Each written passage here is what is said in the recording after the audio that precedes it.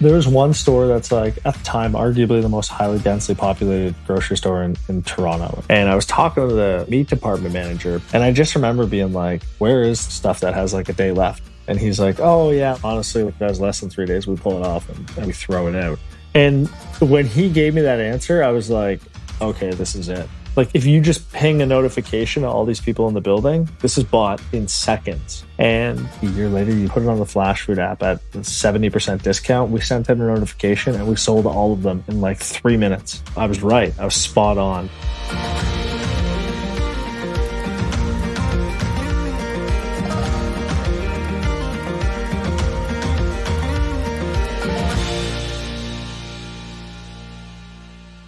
Hi, folks. I'm Conor Gaughan, and welcome to Consensus in Conversation, a podcast where we're talking with the innovators, entrepreneurs, and thought leaders who are committed to building successful businesses that also help us build a better world. All right, everyone. Well, I'm back. I had a great week enjoying my birthday and spending time with friends and family. But now that I'm fully recharged and ready to dive back into new conversations, I've got a good one for you today. While I was away, I had some time to slow down, catch up on some news. Let's be honest, I scrolled some social media, and I ended up finding myself thinking about the question we ask our guests about staying positive when so much of the news coverage we see is overwhelmingly negative. The world is definitely facing a lot of challenges right now, but there is also plenty of good news. I get to see it every day in the work our guests are doing.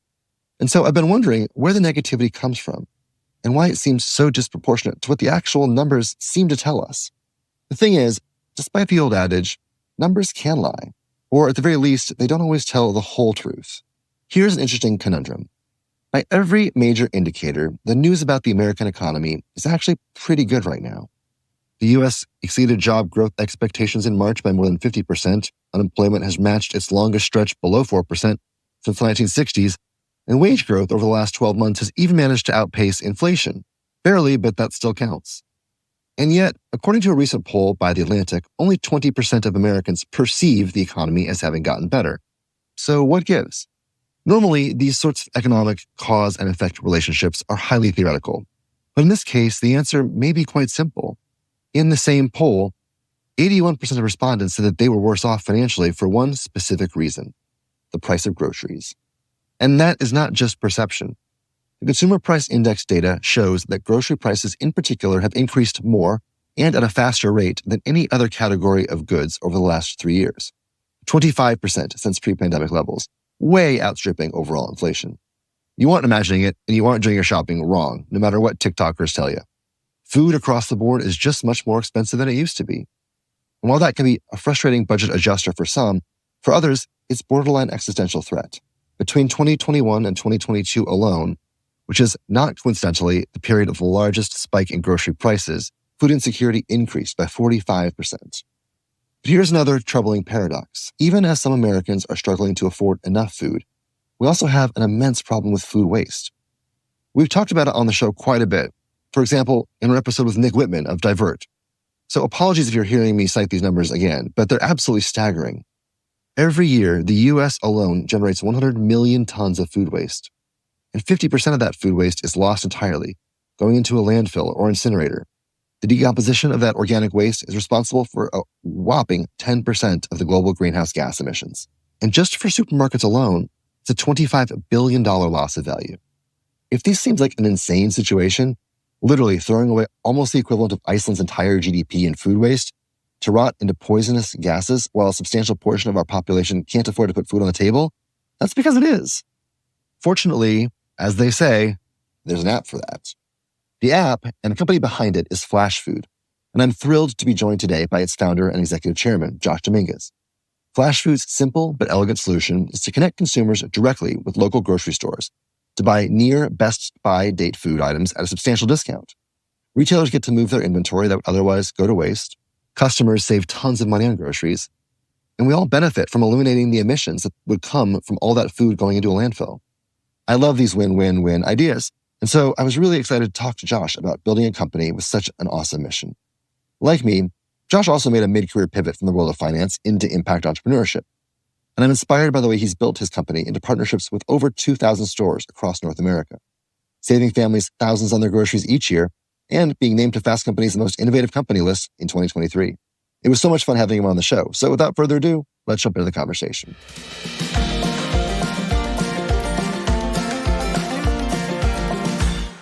So I want to start at the beginning. Tell us a little about where you're from. I grew up, born and raised in Toronto, and actually moved around quite a bit playing hockey through my life. So I moved out of home when I was 16 and didn't move back until after university when I was 23. Quite the Canadian story. Yeah, your stereotypical Canadian story. It's funny as I meet like US investors and they ask that question like, where'd you go to school? What's your background? And I'm like, well, here's like the stereotype, but here's my story, everyone. And they're like, okay, yeah, that checks out. I also appreciate that we could hear the accent there, that it checks out. I was living in Minneapolis for a while and folks were giving me a hard time with my accent. And I was like, listen, people from Minneapolis cannot rag on me for having an accent. So yeah, I've spent a lot of time now stateside in different parts of America. But yeah, that was it. Like grew up, lived on a bus basically while I was playing hockey. Like our team would travel, drove all across Ontario and all across Quebec and the Maritimes out east. And then went to school in Halifax with 4-year finance degree, finished it in 3 years, came back to Toronto. Let's pause it because there's a couple of things I want to actually ask about in that whole upbringing. The first is, I've noticed a lot of highly competitive athletes from team sports can find themselves in the entrepreneurial journey. And I'm curious if you can look back at what life was like as a competitive hockey player and pinpoint parallels to life as a founder. Yeah, there's so many attributable things. And I was actually having breakfast with someone yesterday, a mentor of mine, and specifically in hockey, you had to play different roles. So like part of what I had to do playing hockey was fight. And I had to do that partially because I just wasn't good enough to be at the level solely for my skill ability. So it was one of the roles I had to take on a team. Yeah. And when you drop your gloves and you square off in a hockey fight, you have your teammates that are right there watching you, your peers, your colleagues, your coworkers. You don't want to be embarrassed. You have your coach who decides whether you're on the ice or not. You have your general manager who's watching the game who decides whether you're on the team or not. You have other general managers and coaches seeing if you're even like of value for your team in real time. And then you have like 5,000 to 15,000 screaming, yelling fans that are watching. And then in addition to all of that, you have the ability to legitimately physically get hurt. Like I broke my leg in a hockey fight. So when you think about all of those things, like oftentimes people ask about how hard the journey is building a company. And like, yeah, it's hard, but like there's a lot harder things that people can be going through. That example is one, but like some families have a hard time feeding their kids, and like, there's a lot of hard things in life, and building a company certainly is one of them. But one of the main reasons why I've stuck through it is because of my experience as an athlete. You eat a certain way, you train a certain way, you do things that are hard and you do them so consistently, even though you don't want to do them, but you have to get to where you want to be, that it embeds this work ethic and this ability just to do and be willing to do hard stuff and hold yourself accountable. So the other question I have is just, we'll talk a lot in a bit about moving from your home market into the adjacent markets in the US. But I actually am curious, like certainly now with more access to information, there's a glorification of the founder and startup journey in the States that, young kids are growing up saying they want to go be an entrepreneur, they want to start their own company. It was less prevalent 30 years ago when I was growing up. But I'm curious kind of in your childhood in Canada, or even now in Canada, does that kind of mythology exist around the founder of the startup? Or is that a uniquely American idiosyncrasy? I think it's different by market, right? Like I think in different parts of America, similar to different parts in Canada, like in Toronto, some of the top schools in the country, like you definitely have people that want to start companies. Yeah. Toronto is a tech hub and it's vibrant. I was talking to my wife about this yesterday. Like I'd put it behind obviously San Francisco, New York, Austin. And then after that, previous to the market correction, it was on par with some of those second cities that I just mentioned. And in terms of people wanting to start companies, I sit on the board of an organization called Next Canada. And there's 3 streams that go into it. Next Founders, which is experienced entrepreneurs that want to come through the program, that want to learn how to better scale their business. Next AI, which are founders that are starting companies from scratch around AI. And then Next 36 is what it previously was called. And it's for students that want to start a company and want to be founders. And this has been going now for north of a decade. There's several big Canadian stories that have come out of it. Some of the advisors to the program are like Harley Finkelstein, the president of Shopify, and Michelle Zatlyn, the co-founder of Cloudflare. So like there's definitely younger people that I think want to start companies and it's more acceptable. It's kind of like the cooler, more fun thing to do now, right? Yeah. Like going into banking and consulting, that was the safe route to go for so long. But in this recent market correction, Yeah. a lot of those people lost their jobs, and it kind of wakes you up to like, whoa, okay, like nothing is really that safe. And I think what you described initially, access to information, is way different now and has been for the last decade than it was 30 years ago. So like you used to have to go to a library to read about stuff, and now ChatGPT can tell you basically everything that you'd read in a 400-page book in 30 seconds. Yeah. And I think that's just a superpower. Like we have superpowers in our hands. And I think people have a greater ability to solve problems using technology way cheaper than it used to be. So that's why you have people who like take a look around at what their career could be like. And they're like, I just want to solve problems. Let me try to solve something over here or something over there. It's just easier to do so now. When did the bug bite you? When did you think startups and entrepreneurship was going to be your journey? My dad's a first generation immigrant from Portugal. My mom grew up in the East Coast in America, actually, like grew up with nothing. And my parents started a lawn irrigation company called Aquaman. So I joked that like my dad's a superhero, but my entire life growing up at the dinner table, they would just talk about the business. Cause like they've got 4 young kids and like a fledgling business, like bills to pay and stuff.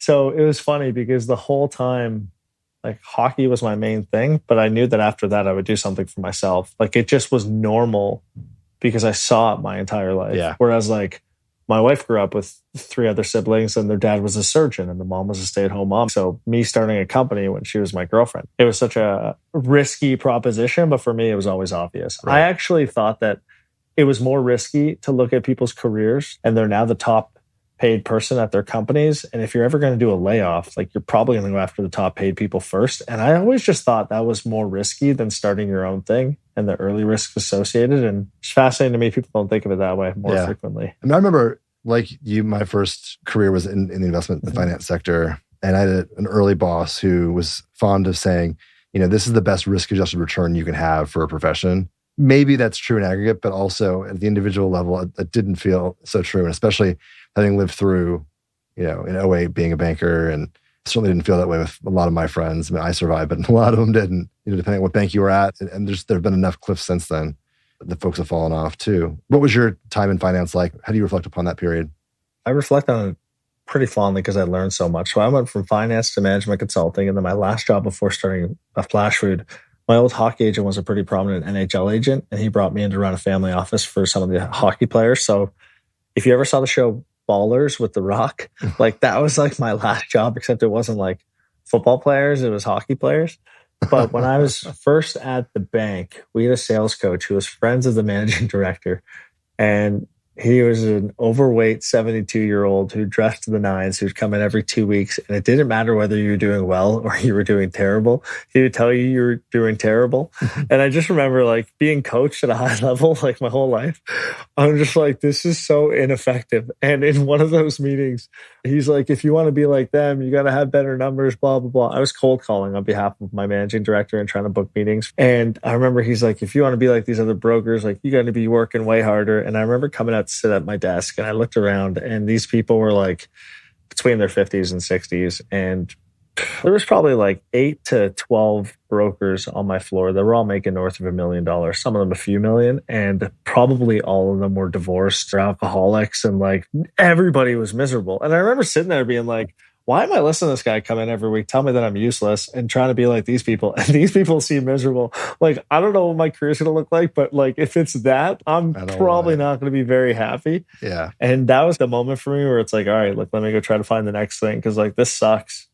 Did you know that it would be a startup or that you'd start something at that point? Did you know what yet? The next role brought me to a management consulting firm. And this is where the idea for Flashfood was born in a lot of ways. And it's completely unrelated to Flashfood today. But one of the projects I got put on was a demolition company. And I thought, like, this is so cool. Like TNT, they're going to blow up buildings. It's going to be awesome. That is not how they take down buildings. They get excavators and they scrape it down, and it happens really slowly. And they put all the stuff in piles and they resell the waste.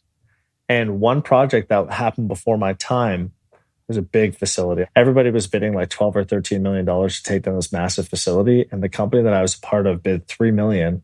and they got the job. And by the time they resold all the copper that was in the walls, they netted something like 20 or $21 million from that project. And that was where I was like, there's value in things that people don't want. Yeah. It just kind of framed the way that I thought about opportunities a lot differently. So I had always known that I was going to start a company, but I wanted to learn things before I found the thing that I wanted to start. The entire time I was reading everything I could always about tech and about any opportunity that could come up. So I'm just like a voracious reader. I mean, we've got 2 young kids now, so it's not as many books, but like I read articles like crazy about all kinds of different topics. And so I knew that like, if something comes up that I'm really compelled by, I'm going to just drop everything and do it. So by that point, you've got hard finance skills. You've got the wake-up call that you're not going to spend forever working for the man.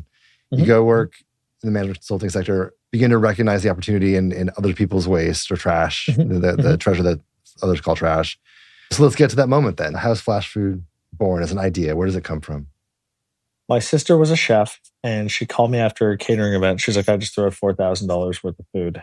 I started laughing. I'm like, you idiot. Why would you do that? She's like, no, this feeling sucks. My boss was over my shoulder making me shovel this stuff after a catering event into the garbage. And he said, you can't donate it because of liability.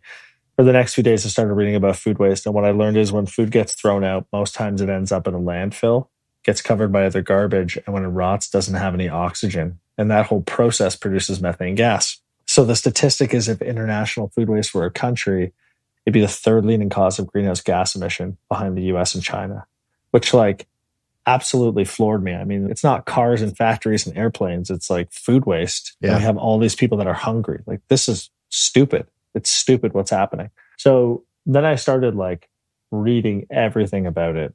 And I started talking to farmers, growers, restaurants, trying to understand where food waste was happening.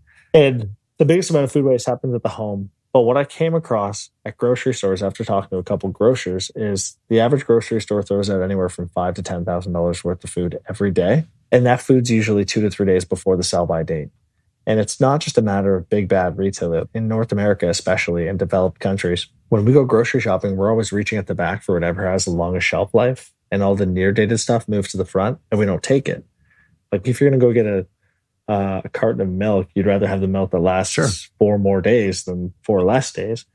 And then if you go buy a watermelon and there's only one on the shelf, as consumers, we assume it's the worst one. So they have to overstock the shelf so that we get selection.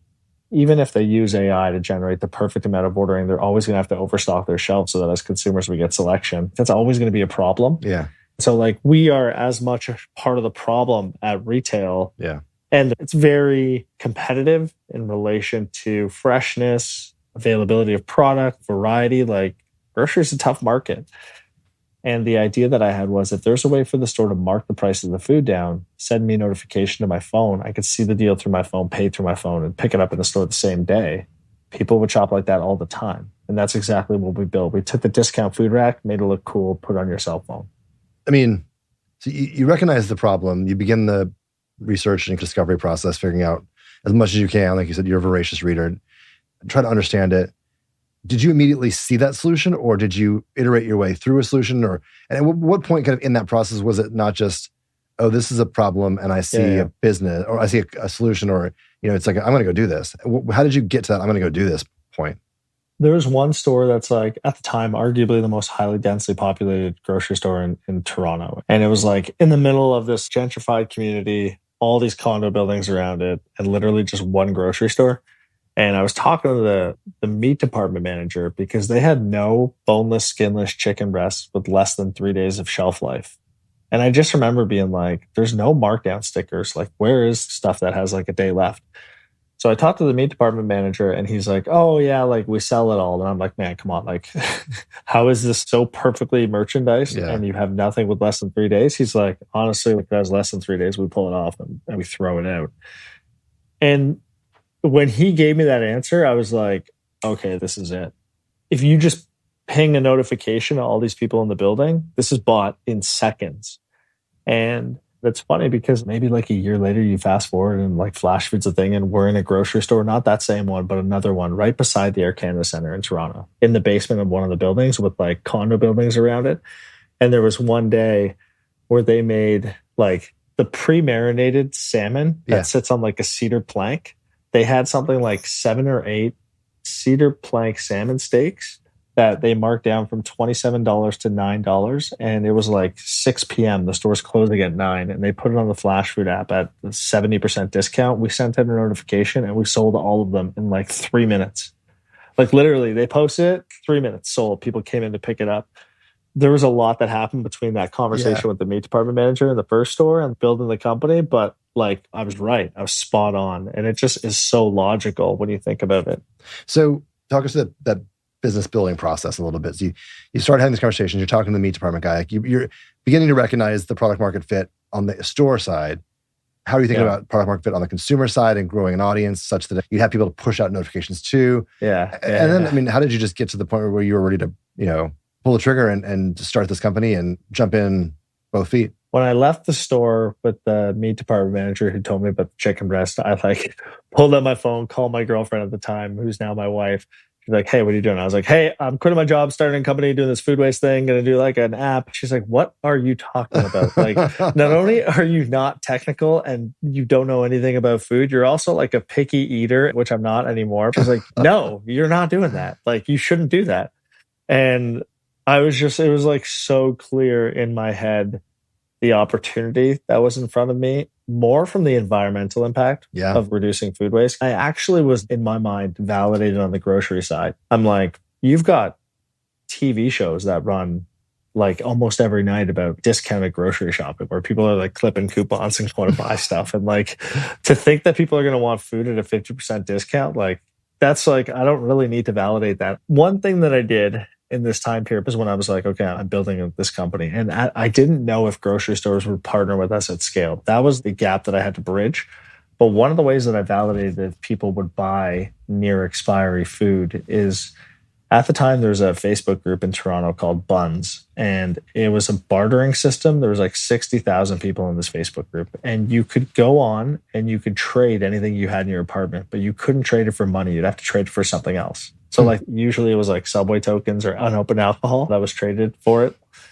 And that led me to put in that group, hey, this is what I'm thinking, like food at the grocery store. And that led me to a subgroup called Buns Food Zone. And there was a transaction that happened where somebody bought a sandwich at a Tim Hortons and they brought it home and it was a BLT and they're vegan and they didn't realize that there was going to be bacon on the sandwich. So they're like, oh, I can't have this. Does anybody want this sandwich? And somebody else was like, yeah, I'll come get it. And it actually happened. So like I searched this transaction. I talked to the people and they're like, yeah, I'm having a hard time getting food. This was in the sandwich. It was amazing. And that's where I'm like, okay, like the consumer side, like all things saving money on groceries, people will want this if it's built. And if it's built with a trustworthy grocery chain, if you do this with like tier 1 companies, this is a no-brainer to me. So that you're confident you'll figure out the audience. You're getting confident. You're getting more clarity on the grocer side. But then there's the marketplace. How did you get confidence that you could build this product?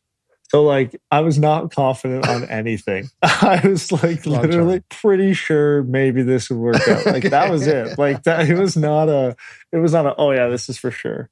How did I build a marketplace? I ended up going on Upwork. I got the first version of the app designed by a designer in Serbia. It was $200. They were terrible. And then I since rehired an agency in Toronto. And so like I quit my job at the time. I'm like, I'm doing this full on. I'm like, I got to find a designer. I got ripped off by an agency in Toronto that charged me 10 grand to build like these mock-ups, which like now would take me 25 minutes to do with like InVision. And then, so that was a huge chunk of my money. And then I hired a developer who I don't know where they were, somewhere in Asia. And why I say that is because their name was Nazima and they would only talk to me on Skype, but not on like video or voice, only text.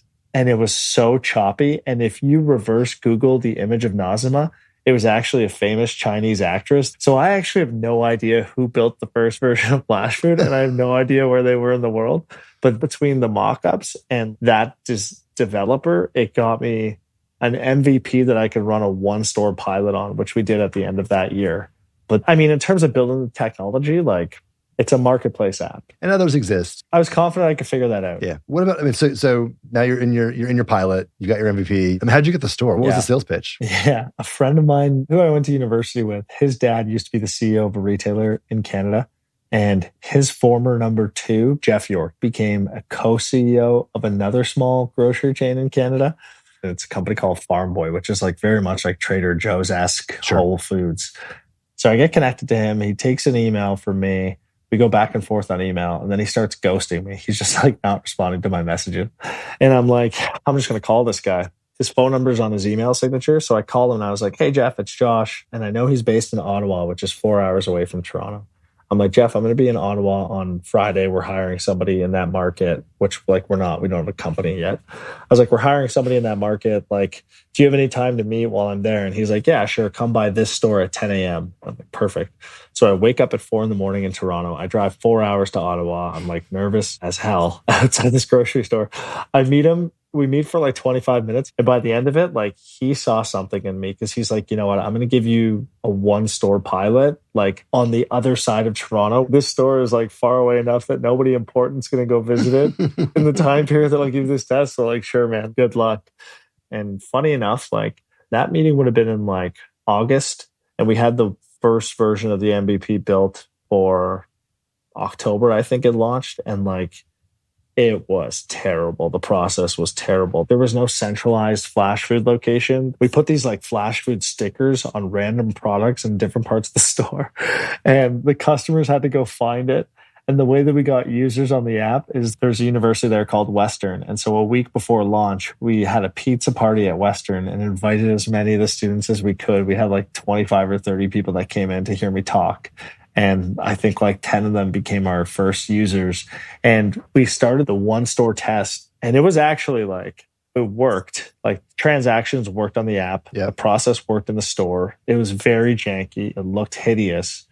But in the 10-day pilot, we had 2 customers that were repeat customers. So there were 7 customers in total. And 2 or 3 of them had made 2 purchases in a 7-day period with like a terrible product and an awful experience at the store. And it was going so bad that the store was going to shut us down and be like, hey, we did this test. And this was like the riskiest decision that I made since I started the company. I was like, I need to get in front of this. Like the app sucks. It works, but it sucks. And I need to shut it down myself and see if they'll give us a chance to relaunch after we build a new app. And sure enough, had a conversation with them. I was like, listen, we're 10 days in. I know all the metrics. I'll send you the metrics. But what I'd like to do now is just let's pause this. Well, there's a whole lot that we got to fix. And it's like October-ish. We'll come back in the new year. We're going to rebuild the app. We're going to have a whole different process and it's going to be way cleaner. And the guy who was running it, this SVP, he was just elated because he didn't have to tell me that he was going to shut it down. And he was like, listen, I can't guarantee you that we're going to turn it back on in the new year, but let's keep in touch. Yeah. And I was like, okay, that's good enough for me. And in the data that we had from that first store test, which is funny because it's very similar to the data now at scale, doing like tens of millions of transactions or however many we've done, the average shopper, whatever they'd spend on flash food, call it $10, they would spend about 2 to 3 times that on full price food when they got to the store. About 30% of the traffic at that time were new shoppers that weren't going into that store before. And like, for grocery chains, those are massive digital marketing numbers. Yeah. And so I'm like, look, you're taking this food and throwing it in the garbage. I'm allowing you to sell your garbage and it's bringing in new shoppers in a way more effective marketing way than any budget you could ever spend. And that's what got us back in that store after we rebuilt the app. And it was prettier that time, I bet. It was way better. Yeah, because we had learned so much. Like it was like night and day. We ended up, when that first pilot stopped, we raised $400,000 our first round, and we spent $100,000, got the app built from one of the top agencies in the country, and had like a real enterprise level app at that time to go back to market. And all the things that we learned operationally from being live, like the whole process was way better. What were those fundraising conversations like at that kind of period? Because you had a pilot, you had an MVP, you had some learnings, but as you just alluded to, you weren't super confident in what that product looked like that you were going to go raise money off of. Yeah. So we raised as we were like going through the pilot and getting results. And one of our first check came in from a group that invests in startups, but they're a high-end restaurant in Toronto. They have like 7 to 10 locations, actually between Toronto and Miami. And at the time we were considering doing this in restaurants as well. And so they wrote the first $50,000 check. And I remember like, I went to all my friends and family after that. And I was like, look, you're not the dumbest person. Somebody else that I don't know gave me $50,000. Like, do you want to be a part of this or not? I don't know exactly how many people gave us money, but it was probably like 25 Sure. to get to that first 450K. And that gave me so much life. I think people could see it. I think when you're doing something like this, the people that I knew my background, knew the level that I got to as an athlete, knew what I accomplished at school. They just see how you live. And they see the risks that you're willing to take to do what you're doing. And I think people just want to like help more than anything. Yeah. Like very few people take these chances. So if somebody else has a little bit of money that is going to go into retirement savings, so they're like, you know what, I'll take a shot with you, because they can now be a part of it. Yeah. They're like, you need to send me updates. Like, I'm never going to do this because I've got kids or whatever the reason is. I just don't have the ability to do this, but I'll fund you with like 10 or 20,000. But like, you got to let me in on the story and the journey. You started asking at the beginning, like, what's it like having entrepreneurs, and is it similar in Toronto and in Canada and different markets? And I think what has been most different now, not only just the journey of starting a company, but also the ability for people to invest in startups, like the willingness. It used to be way more faux pas. I met with a friend yesterday who's now at Microsoft, like a decade into her career. She got her PhD and she's talking about where she's investing her money. And she's like, listen, if there's any startups that you really like, I'd throw in like 10 or 15K. And that's not something that would have ever happened, I feel like, back 15 years ago. Yeah. So fast forward a little bit to just give us a sense of how the product works now. What does it look like for consumers, for businesses, the process? Give us like, the actual present day mature product that is Flashfood. We've now scaled with some of the biggest grocery retailers in the world, and it's incredibly clean, incredibly efficient, and it's incredibly simple. And you don't have a business if you don't have that for retailers. Yeah. So the way the process works is, as they're culling their food and they scan it out of their system, instead of bringing it to the back and disposing of it, they now scan it onto the Flashfood app, and the deal auto-populates at 50% off on the app. And then they take the food and they leave it in a Flashfood fridge, which is right beside the customer service desk. We send a notification out to our users. They see the deal through their phone, pay through their phone. And when they go to the store, let's say you bought a package of chicken breast through the app, and you go to the store and you want to buy salad or potatoes or whatever, you check out normally for that stuff. And then on your way out of the store, you stop at the Flashfood area, which is right beside customer service. And they have a device with the list of names of people coming to pick up. And you just say, I'm Josh, I bought this chicken through Flashfood. They click your name, click confirm pickup, give you your package, and you're good to leave. So that's the process. One question that, having spent time in finance, you'll appreciate, I think, and also just doing the road show. And you've got, your Series A had some legit, like bigger name American investors. I know S2G was in the round. How do you think about the inevitable question from the bank side? Like, what's to keep the big retailers, the big grocers from copying it themselves and doing a proprietary system? Like, how do you guys think about your unique value add?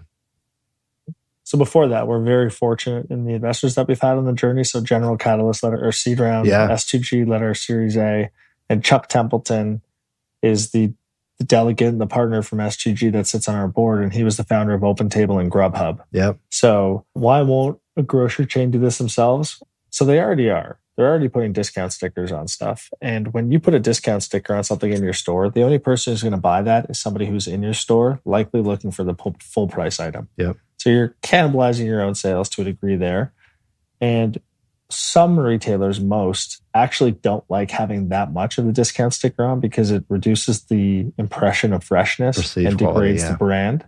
So are they going to do this themselves? Like, we have massive retailers now that have signed multi-re-up year deals because like they actually don't want to degrade their brand. And partnering with Flashfood is not like, hey, here's our worse off food. It's like, here's an environmentally conscious company. We're helping reduce food waste and we're helping to feed families in our communities more affordably.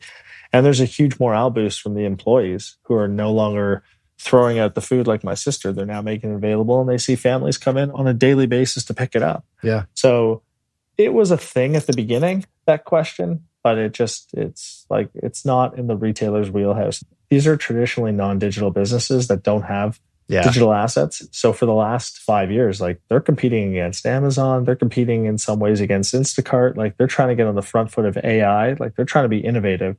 And throwing out food has been a cost of doing business for decades, that the likelihood of them using their digital assets to solve something that's like a decade-old problem in the industry, that was like another bet that I took. I don't think they'll do it. Yeah. And they haven't because of the reasons that we talked about. I have to like laugh. I can't think of the last time I had just a good old Instacart order that actually 100% made it from order to my door, right? Like, if they can't even manage their own inventory through a proprietary, regular full price service, this seems like it added some complexity that the legacy industry, mature legacy industries, maybe not equipped to take into the next generation. And it's also candidly really difficult to run a grocery store. Yeah. You need to get fresh food from all over the world onto your shelves every day. It is so hard.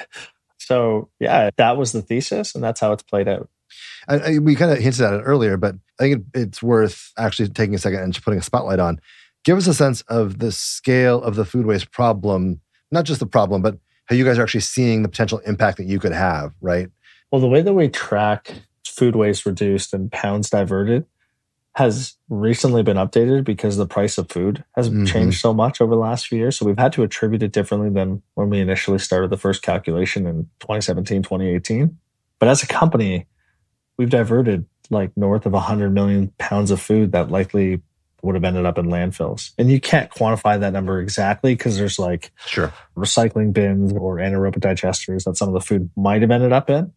But it's a massive number. Then from a consumer perspective, so that's the environmental impact side. From the consumer perspective, the average discount is roughly 50% on your groceries. So some of our top shoppers, we're saving tens of thousands of dollars on a yearly basis. Yeah. And they have a page on their app where it shows what you saved this week and what it's attributed to in terms of food waste reduction. So very data-driven answers specific to location, specific to brand, specific to banner. We can go as granular as our partners want us to. Data-driven, but also an interesting trend. It feels like it's almost a gamified version too, to some extent, which I feel like on the user side is probably unique. And was that intentional? It's become like a treasure hunt because the way the app works is almost like Airbnb. You open it up and you have a map view. And instead of seeing apartments, you just see the stores that are around you that are online. And you click a store and every store has a different inventory of food based on what they have available. So we're actually dictating what people are having for dinner based on what's available through the app.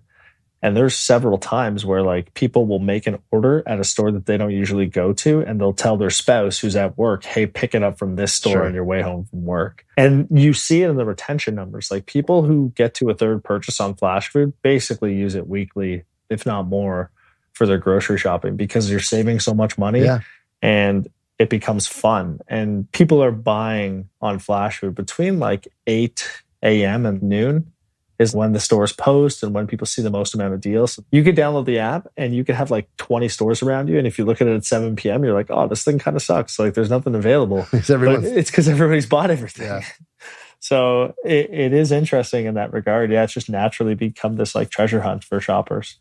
I mean, now it's easy to see how any store would want to be on it. But after you got through that rough pilot and went back to market with a product, what was the initial resistance from the industry in terms of adoption, and how did you crack through? Because I think of the grocery industry as a bit of we joked about it, old school. How did you get that industry to buy in?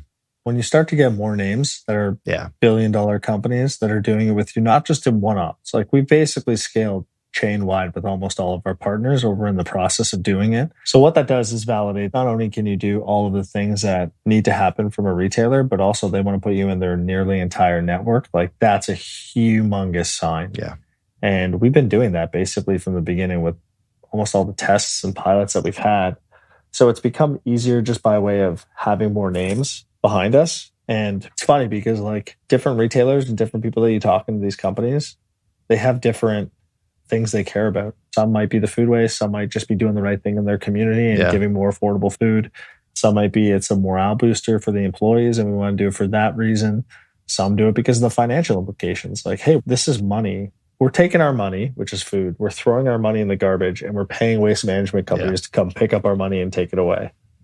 We should probably make more money on that money. And for me and our other folks who sell at the company, it's really just trying to understand the stakeholder that you're talking to, what they care about the most. Yeah. And then just pinpointing it on that because some chains don't care about the money. They're we're going to do this with you just because it's the right thing to do. Yeah. Some are this has to work this way and these are what the deals have to look like. And so our job is to partner how they see fit for their businesses. I mean, it leads to a nice question about product expansion or geographical expansion.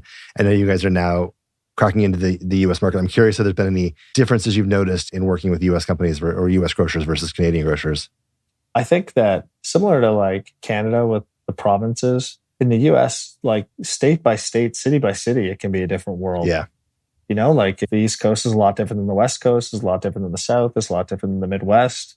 But when you think about what we're doing, I think through COVID, what was remembered is the grocery stores are the hub of our community. They all stayed open. They all provided food for everyone. Like that was, looking back on things, that could have been one of the worst things that could have happened is the supply chain breaks down and we don't get access to food. And that did not happen because these companies are so incredible. Yeah.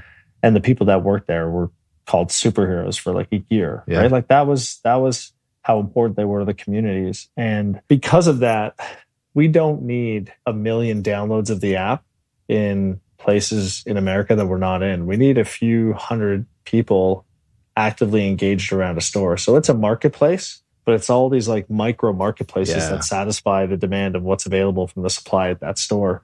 And because of that, and because the fact that we have partnerships with our grocery stores when we go to market, you could scale to the Midwest the same way that you could scale to California. So we just launched with Save Mart companies and are continuing to expand across different parts of California. And it's gone really well. We rolled out pretty extensively with Stop and Shop in the Northeast. Like a lot of similarities because you can't do your full shop on Flashfood. There's only a limited number of food and only a limited number of deals. And that creates scarcity and it creates demand from people who want to save 50% on their groceries. So we're very spoiled as a company. That's our value prop. And like at different times of our journey, it's been a reminder like, hey, let's just not get too far ahead of ourselves and think we're better than we are. We just have to be great for our retail partners and make offers available to the customers. And it's proven to be an effective model. Yeah. So in terms of like continued scale, there's other areas along the supply chain that we're looking at right now. But the biggest driver is continue to expand nationally across America because like this is a no-brainer that when we get national expansion and we're in every state, like just all the ad spend that we have, all of the campaigns that we run are just that much more effective. Sure. I mean, you very clearly have built a marketplace that has, you know, a value proposition for both sides of the market and also not coincidentally and not unintentionally has a value proposition that is sustainability, that is better for the world and for the environment. I'd first heard this concept from Joey Zwillinger of Allbirds, this idea of a purpose-native company. And I think that Flashfood is a great example where you really built around this idea of fixing, you know, a global environmental, societal problem. And there's a direct correlation between sales and growth to positive impact, you know, to methane gas emissions lowered. And so I want to hear your thoughts on how you think about that alignment and building a business in that way. So personally, like I can't spend time on anything that's not going to benefit the environment. I care so much about it. I think it's so important. What's unique about our story is that is not the sentiment that customers told us as we started to scale. Like people that actually make the buying decisions are not making it because of the environment. They're making it because of the cost savings and the food that they can now feed to their family that's in an affordable range. So it's interesting in the way that I think about the business because I certainly think that like purpose and benefit to the environment and like social good can be tied together by building a business. I actually think the private sector is really well equipped to solve some of these problems in innovative ways, leveraging technology, but also like what customers and what grocers need from us is a path to execute for financial reasons. It's funny how it's all intertwined. And we're really fortunate that as the company continues to drive success financially, it makes an environmental impact. But the environmental impact is not what speaks to customers. And it's not oftentimes what speaks to the retailers. It really comes down to doing the right thing in the communities, which is just a unique part of our business.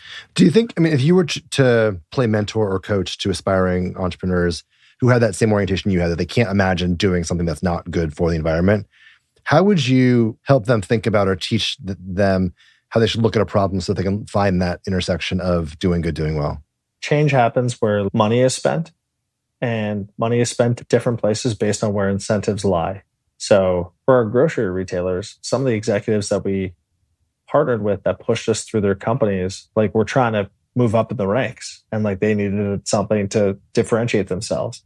And it happened to be Flashfood. For customers, saving money is the thing that gets people to download and keeps the cost of acquisition so low. Like that's the thing. So the advice that I would give to an aspiring entrepreneur who cares about the environment is if you're going to bring in different stakeholders, I think that the magic lies for a scalable company. If the financial piece is beneficial to stakeholders and on the back end of that, the environment is solved. I don't think you start with environment is solved and expect financial decisions to be made accordingly. Like I can tell you, if Flashfood was like, instead of it being a 50% discount on your groceries, if it was a 50% markup, but you don't see food going into landfills, we would not have many sales. Yeah. And I don't think they're like, I think all of this is intertwined. I don't think one person has to lose. I believe that there's like solutions that can be created where everybody wins. And we've seen that with our company. I think they're harder to come by, but I think they're certainly possible. Yeah. So that's how I would think about it. In the realm of talking about how the savings matter for consumers, let's take that a step further. I think one of the other real social impacts that you've been able to achieve is with accessibility of the platform for programs like SnapEBT. So I'm curious how food security made it into kind of your purview and how you thought about adding that in. It's so important. And it's been the entire time. Like food waste and food insecurity are such massive problems. There's not one solution that's going to solve all of them. It's going to take a village, and it's going to take different villages in different parts of America. This is just, there's so much to this. And there's so many organizations that are doing so well in this space across the country that we're so proud to partner with and support in whatever way we can. Back to what you were asking, Snap and EBT, I think we were the first third-party mobile app that included Snap and EBT as a payment method. And it was just like really, really important to us. And so we actually got connected to the founder of Forage, which is who we use for our payment processing for Snap and EBT. And it was like one of the most important features for us to add in as we started to scale across America, because like, it's consumers that have the money set aside. And also like everybody deserves access to this food. Yeah. Like everybody. So it's just like a no-brainer and part of the mission of the company. Yeah. Zooming out a little bit, I'm curious that you are at a point now as executive chairman and looking at investors, sitting on the board of Next. What are the big innovations or fields of research that are most exciting you when it comes to making an impact? Certainly investments that you think are going to be great investments on the ROI, but like, what are you seeing out there that is exciting you? Either technologies or companies that are just really doing cool breakthrough things that we should be keeping an eye on going forward? I mean, it's going to be a blanket answer right now, but it's like anything around AI, sure, I think is interesting. There's a company called Veer Voyage. I'm not an investor in them. I just met the founder recently. They're trying to create like a sustainable way of shipping instead of using as much oil or gas or whatever it is. And S2G, our biggest institutional investor, has an oceans fund where they've actually dedicated money to figuring out whatever's happening in the ocean. It's a tough mandate for a venture fund because they're like, we need venture returns, but also like who's had venture returns in the ocean and who's had any returns in the ocean, you know? But it's a really ambitious and really cool way of looking at how do we tie innovation into areas where we have abundance that could be opportunities that nobody looks at. So I spent time thinking about that. And then in the back of my mind, how do you underlay any of this with AI? Yeah. Because similar to how like the internet made it easier to share information, to get information, and to build software, AI is going to make it easier to solve things faster in a way that they can better itself, whatever the solution is, in perpetuity. And so I'm not looking at like one particular software. It's more just like the thinking around how do we solve hard stuff that's been right in front of our faces that we haven't solved, that we know are problems. And then how do we do that in a way that is going to require basically no people in perpetuity to keep getting better? And I think that's the inflection point that we're at as humans, which is really exciting on one end and horrifying on the other end. But I think that's where we're at. So I'm trying to spend a lot more time getting closer to AI. Okay, last question. I tend to find that it takes a certain maybe naivety, but also optimism to be an entrepreneur. Hubris, maybe. I don't know, whatever the word is you want to choose. You have to really believe in a vision for a better world and that your product or your service will get the world there, especially when you're looking at building businesses that have positive social impact. And so I'm curious, as you think about, day to day, we're seeing more bad headlines and good headlines in most media outlets.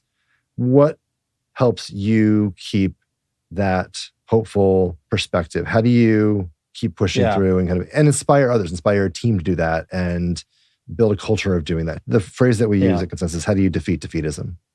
So I'm going to give like kind of a roundabout answer to it. You hear about imposter syndrome, like everybody has it at different times. Because of my background and because of what I built with Flashfood now, it's opened me to a lot of opportunities. And one of those opportunities is in the fall every year for the last few years, I've been asked to go to Harvard Business School and speak. There's a case that's been done on flash food. And I speak to the students about like having conviction and when do you know like you should do a thing. And like I sit in the room and I hear HBS MBA students talking about flash food and like whether you should do it or not. And I just sit in awe being like, this is an outer body experience. Like my grades wouldn't get me anywhere close to the campus, you know, like, but I share that because on the flip side of that, it's really, really easy to find reasons to not do something. Like it's really easy to sound smart and be like, that's not going to work because of this, or that's not going to work because of that. And I saw it happen over here and I could reference it here and I could pull up that data point there. And it's like, all right, maybe. You don't know until you get to the other side of something. These are all just like theories. And so for me, like, why did nobody look at that and be like, I'm going to change this? And that's what it takes. That's the gumption that it takes. And then on the back of that, I think naivety is a superpower. I don't think you need to be a specialist in any particular market. I actually think that makes you jaded and gives you more reasons to understand why something won't work versus why something does work. And then I'll leave it on one of the reasons why flash food was successful is for something called sharing the dilemma. When I spoke to these grocery people, I was like, hey, like, here's what I'm thinking. Here's what's working and what's not working. What do you think? And you share the dilemma with those people and they actually come to solutions with you. And you do it together versus just you trying to tell somebody how to do something. And that's just inherently so much more effective. Awesome.